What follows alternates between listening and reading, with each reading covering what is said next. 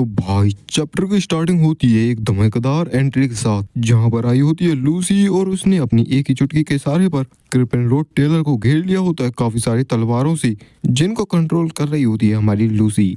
और फिर भाई लूसी काफी कूल अंदाज में कहती है, यह एरिया तुम्हारी लिमिट है, इससे आगे तुम नहीं बढ़ सकती, और अगर तुम्हें पसंद नहीं आया तुम यहाँ से जाने की कोशिश भी कर सकते हो। क्रिपिन भी लूसी के ऐसे एटीट्यूड को देखकर शांत हो जाता है और कहता है, लड़की लगता है तुम पूरी तरीके से तैयार होकर आई हो और शायद से यहाँ से निकलना इतना भी आसान नहीं होगा। तो इसी शिफ्ट होता है, हमें देखा जाता है एडी का सीन, जो कि अपने बहन की ऐसी हालत को देखकर सदमे में होता है, जहाँ पर उसकी बहन कहती है, जब लास्ट टाइम मैंने तुम्हें देखा था तो तुम उससे तो काफी ज्यादा बदल चुके हो, तुम तो बदल ही चुके हो, साथ में मैं भी।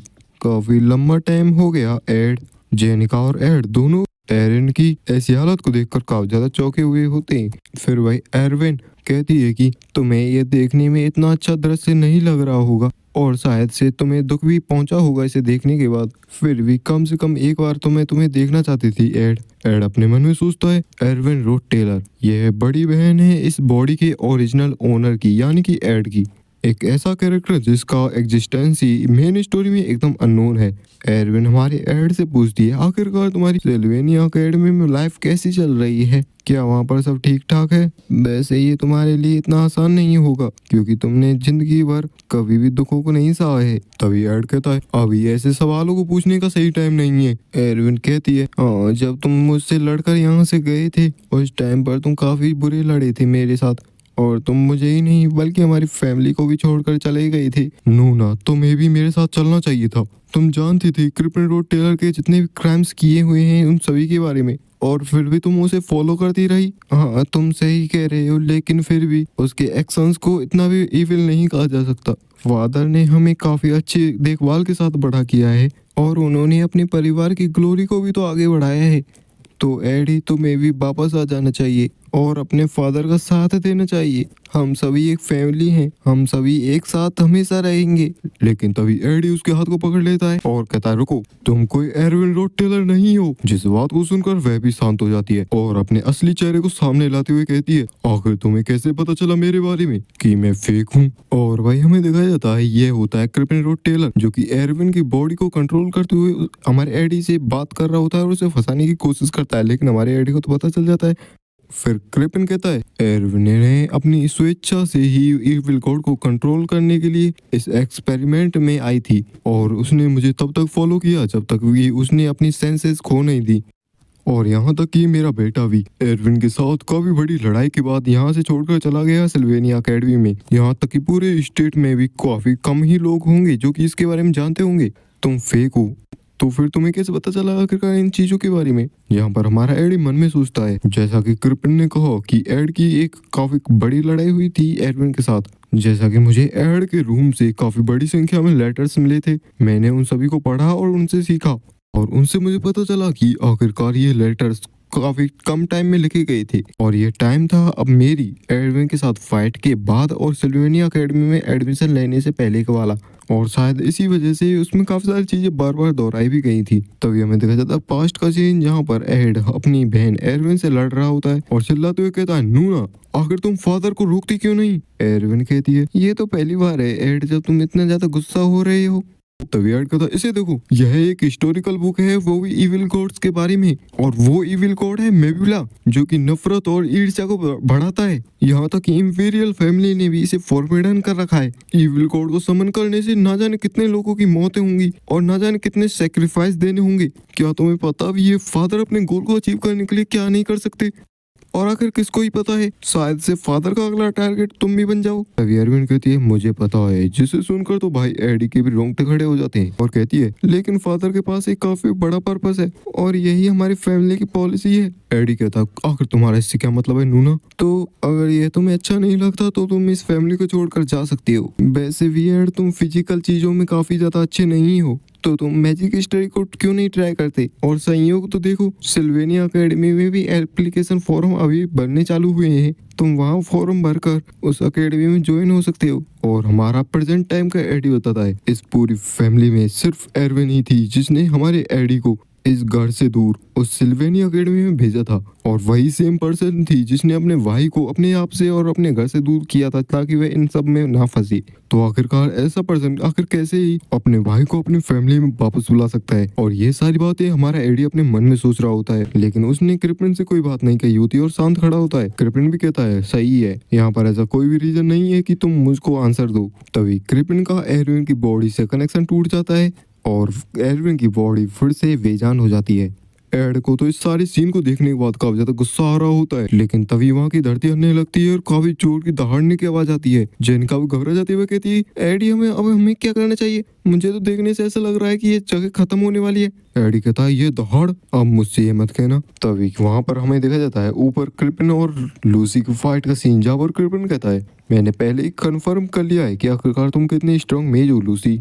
तुम कोई एक ऐसी पर्सन हो जिसे मैं अकेला फेस नहीं कर सकता। जैसा कि सोचा ही था, यह मेरे अकेले के लिए काफी ज्यादा कठिन है। और वह समन करने लगता है मेबुला गॉड की पावर्स को। जिस सीन को देखकर लूसी के भी पसीने छूट जाते हैं और वह बिना देर किए अपनी स्वॉर्ड से अटैक कर देती है क्रिपिन पर। लेकिन उस अटैक के बाद के सीन को देखकर तो लूसी के भी छक्के छूट जाती है।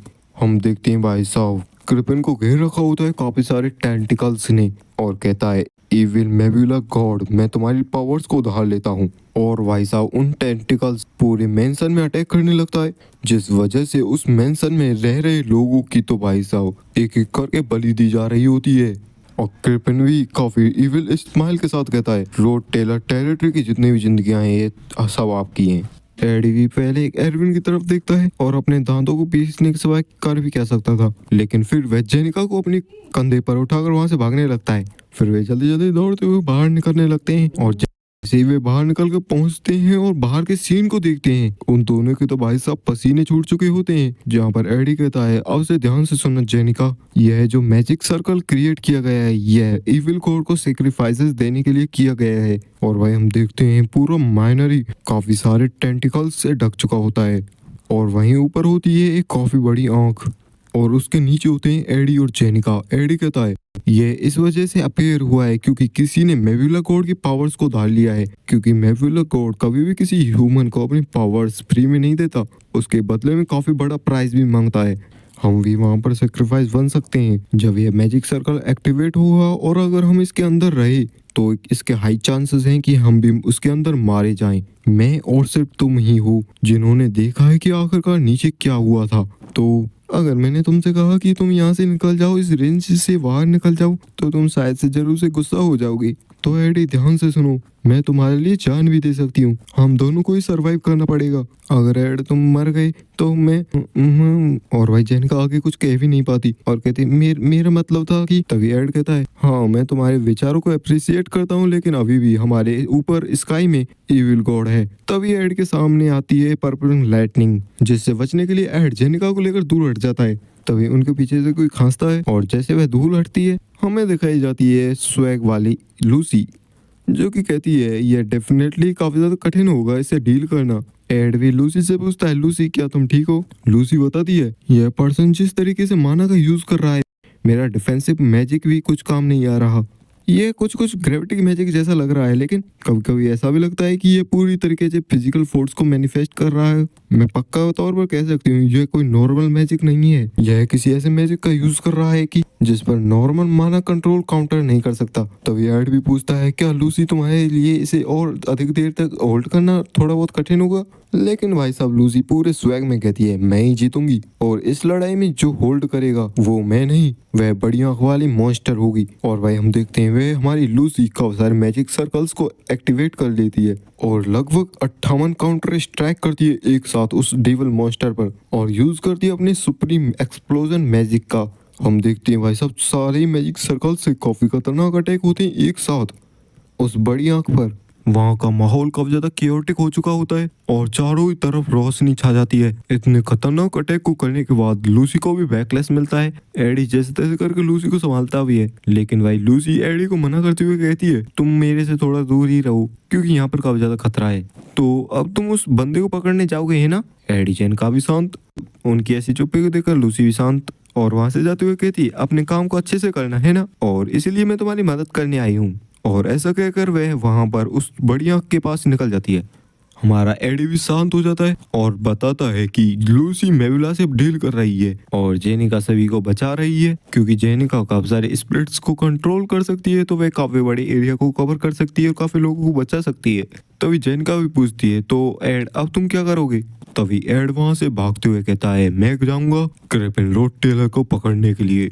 तो भाई साहब नेक्स्ट चैप्टर होने वाला है काफी खतरनाक, तो वीडियो को लाइक, चैनल को सब्सक्राइब कर देना नेक्स्ट चैप्टर जल्दी से जल्दी देखने के लिए। और हाँ, ये चैप्टर थोड़ा लेट हो गया था तो माफ करना, हो जाती है थोड़ी बहुत समस्याएं, तो थैंक्स फॉर वॉचिंग।